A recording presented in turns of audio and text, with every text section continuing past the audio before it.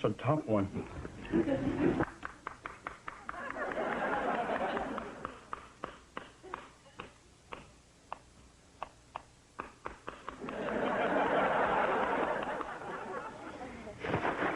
Oh, no.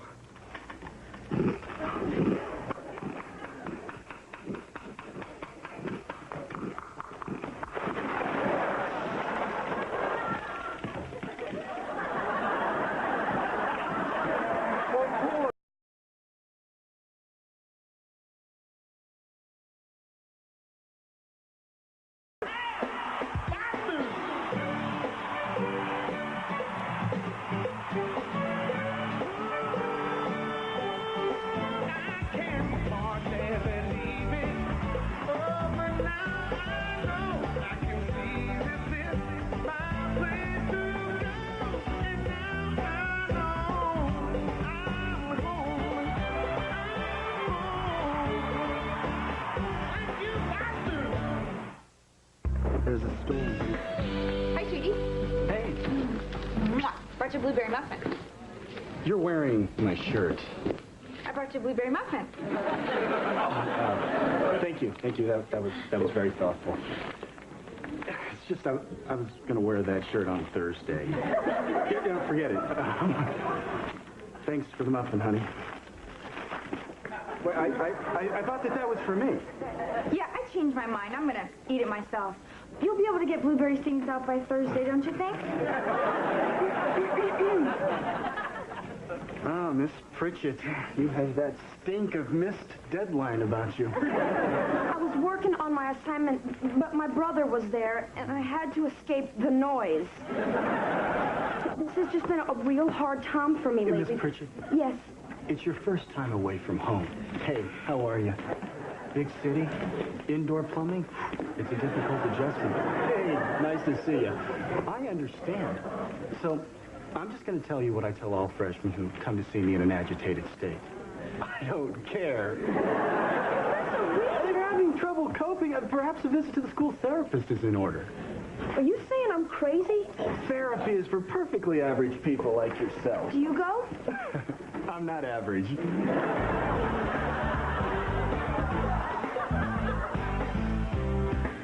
Wiley? Yeah. Hi, I'm Brenda. Why don't you come on in? Have a seat.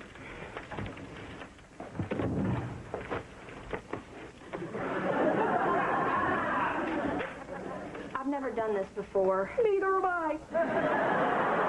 You haven't? It's just like that wonderful Roberta Flack song. This is the first time ever I saw your face. Every new student is like a new beginning for me. Hi, Wileen. Ooh, hey.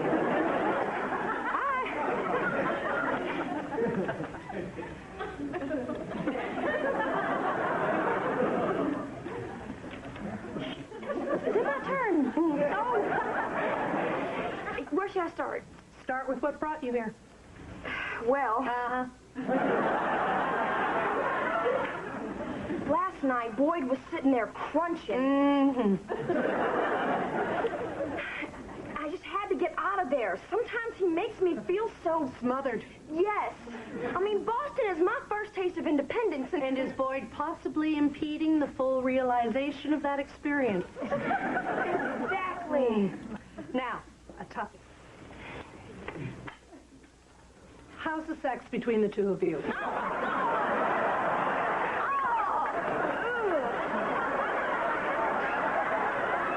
is my brother! Oops. God, those southern jokes just aren't true.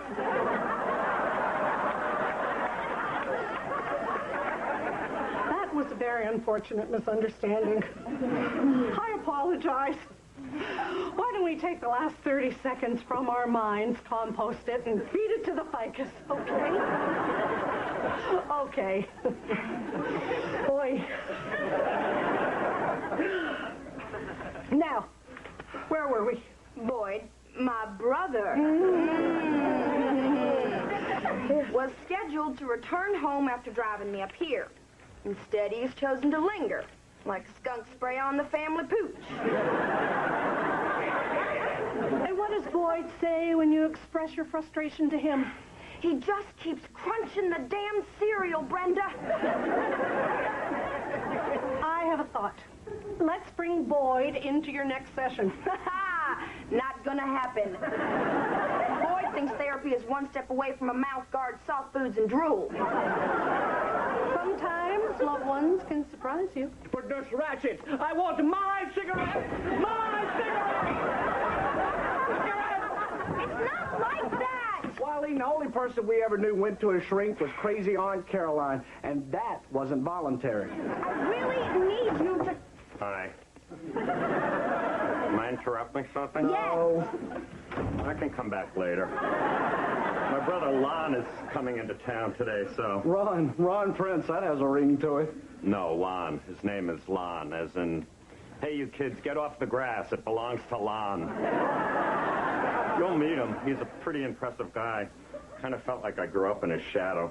Is that why you're so pale? Anyway, I thought it would be nice if we could all have dinner together. Wow, that would be downright neighborly, Leonard. I just might be a little ill-prepared to entertain. My stove doesn't work. And I have no dishes. Lately, there's this disconcerting scratching noise coming from my cupboard. Why don't we just do it here, Leonard? Could you make rice? I'd love to be able to use up some of those soy sauce packets. I can't close any of my drawers. Maybe you can use them to marinate those fingernails of yours. What? When you start biting your fingernails. Oh, that. What are you, my manicurist? All right, now I'm self-conscious. I really need for you to go to my therapy session on Thursday. As our Canadian brothers to the north might say, no. If you don't come, I might have to try group therapy with all the students you see every day in the union. And I may have to talk about that time you tongue-kissed the Wilson's goat. Well, you evil woman, I was feeding it a carrot with my mouth and just ate it too fast. How about your Fonzie phase? Every boy had one. But not every boy had a Dorothy Hamill haircut. That was a mistake. You were so short and sassy. I asked for short and classy. Well, boy, you have a choice. You can either come with me on Thursday, or you can rest assured that when the students of Randolph-Harrington are giggling behind your back, they are giggling behind your back! Well, if it isn't the Brothers Prince, how you doing, neighbor-in-law? Who's this guy? This is Boyd. Boyd, my brother, Lon. Hey, so what brings you to Boston? Beantown? Oh, I come here once a year from Chi-Town for the men's accessory show. Oh. I got a sports cap business. Hats by Lon. You heard of us? No, I don't tend to accessorize that much anymore, not since the accident. I'll tell you something, Lloyd. Boyd. Whatever. I'm not saying that Hats by Lon is the biggest, but I get by. Lenny, tell him how I do. He gets by. Gets by. I got a 3-bedroom condo. Both tubs got jets, Lenny. I can afford to have somebody bite my nails for me. You call that getting by?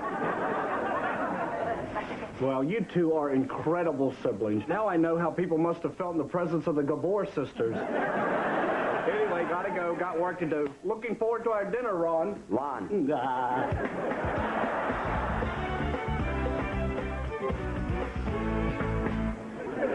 Would you stop fidgeting? We are not leaving. I'm not fidgeting. It's just stuffy in here. That's better. I mean, I don't know what I did. I'm fun. I'm a good listener. I'm very low maintenance. Come here, listen. I'm really a very happy person. That is Liz. It's like free cable. Liz, we have to stop now. Come on. I cold my sweater. See you this next week. Hi, Hey, Liz. Isn't Brenda the best? Before I found her, I was a mess. I'll see you in class. Come on in, people. On. Hi. Right here?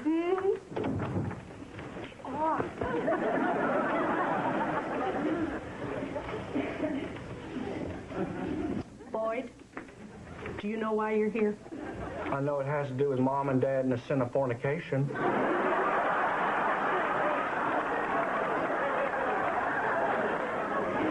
Boyd, in therapy, we check mockery at the door.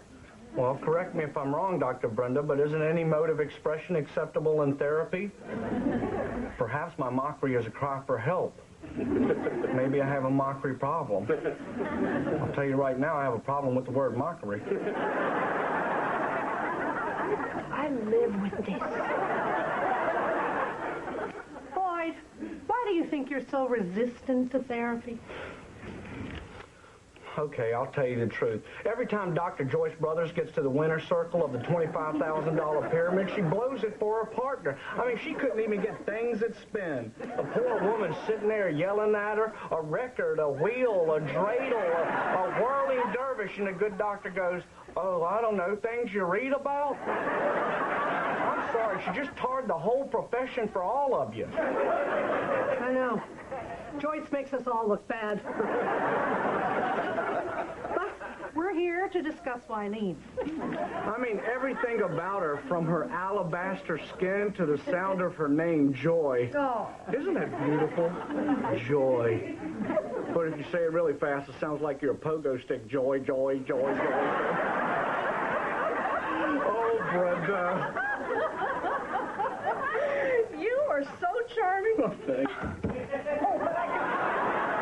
I can see how that could be grating to a younger sibling. Could we please talk about me now? In a minute. Boyd, why haven't you told Joy how you feel? I'd rather die. I mean, if she knew how I felt before the time is right, that would tap into my fear of rejection. A core issue of mine. Wait a minute. You got me talking like one of your pod people. Nice try.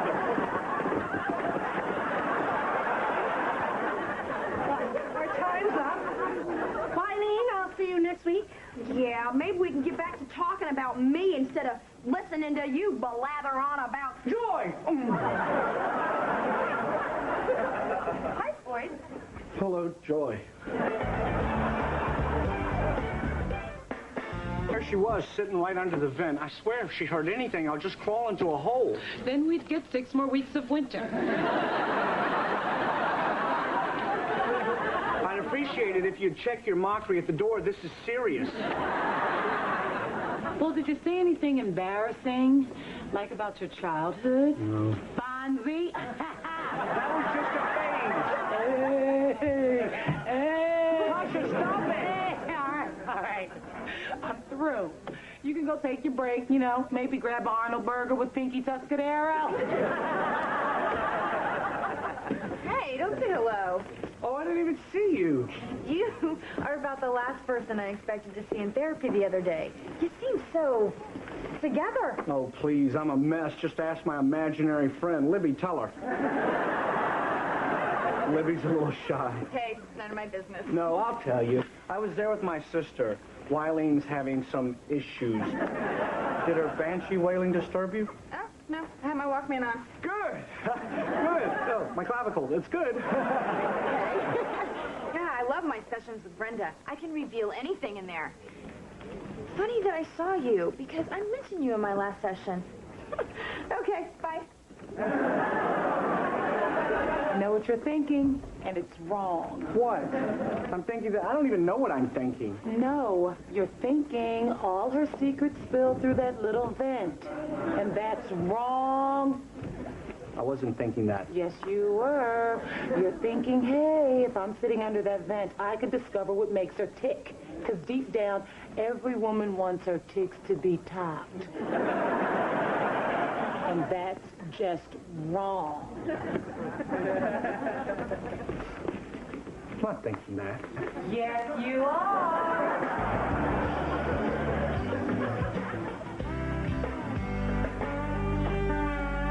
Boyd, I realize I've had a short fuse with you lately. That is my issue. I own that. And what I'm trying to achieve here is a balance between my need for independent self-actualization and your chronic not going awayness. So does that mean I You can... may snack freely. Brenda says I must learn to communicate my frustrations to you in a calm and rational manner. Does she also say you have to sound like a radio talk show every time you open your pie hole? 5, 4, 3, 2, 1. Okay, no, she doesn't.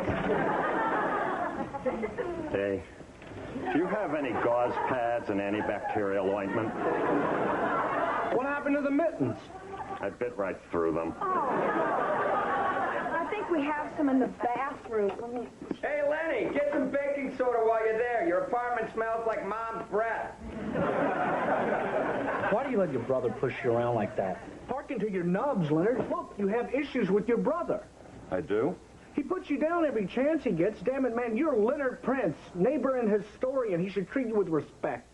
Hey, Leonard, where do you keep the hard liquor for all your bored house guests? Are you going to do something about that? Yeah. There's a fifth of Popov in the freezer.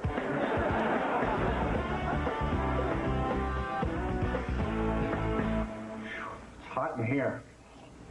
Hot, hot, hot. Or as they say here in Boston, hot, hot. Anyway, someone should open up a vent before we have a heat stroke.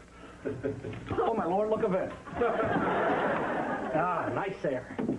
Everything's so planned, Jack. I know we're doing every night for the next semester.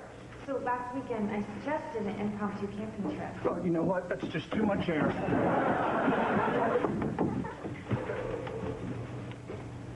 You're hot, aren't you? No, no, no. Don't get up.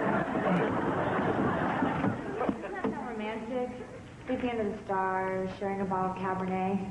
I love Cabernet. Joy, we have to stop now. But this has been a very good session. Oh, hey. Oh, hey. I didn't know you were after me. Oh, I'm after you. So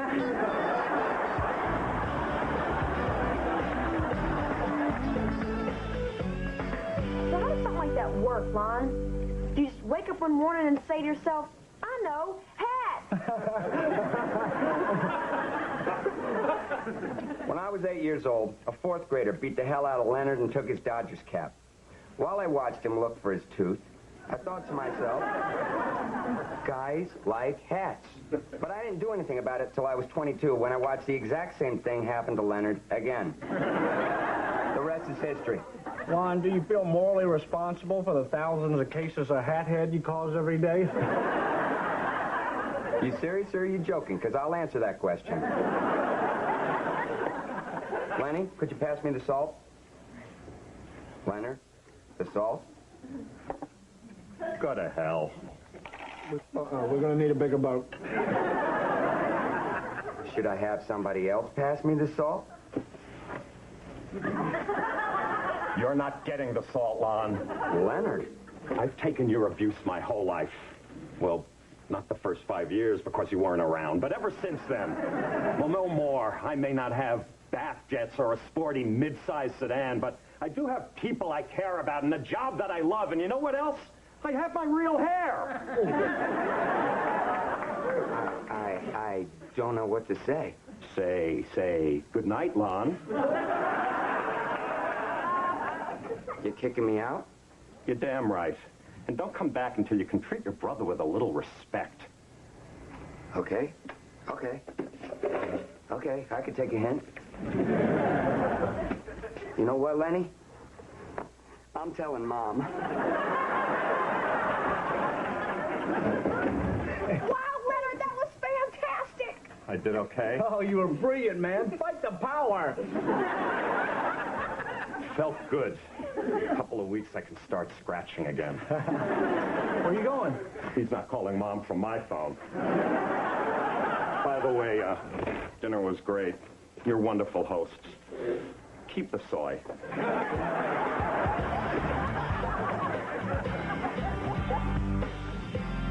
So we have drinks at 7 at Dean Cranberg's house and the chamber recital at 9, which gives us 35 minutes to fool around before we go to bed. Perfect. Yeah, I'm going to see a movie tonight. Ooh, we're seeing a movie Wednesday night. Okay, fine, whatever. Is there a problem? No problems are scheduled until the 25th.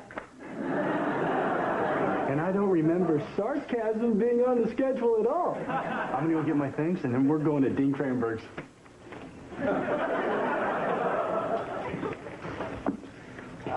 He's so rigid. You're telling me he's HR puffin stuffy. I don't want to go to Dean Cranberg's. Who does? You know what I'd love to do this weekend? What? Take a drive to the Cape. Just a tent, a couple sleeping bags, build a bonfire there on the beach, camp under the stars. Share a bottle of Cabernet. Why did you just say that? Because everybody loves camping in Cabernet. It's just, you know, CNC. But enough about that. Do you think this country will ever make the switch to the metric system? I mean, really? I don't know, Boyd. Boyd. You know, when I say your name real fast, I sound like a pogo stick. Let's go. I do not want to be late.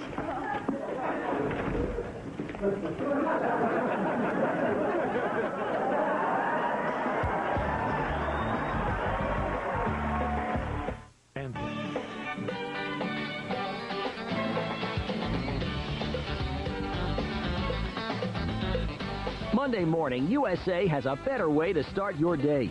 Introducing USAM, primetime comedy all morning long. It all starts with 2 great episodes of America's Funniest Home Videos, followed by the Jeff Foxworthy Show, Something So Right, The Single Guy, and Boston Common. Now, there's more Boston Common next on USA.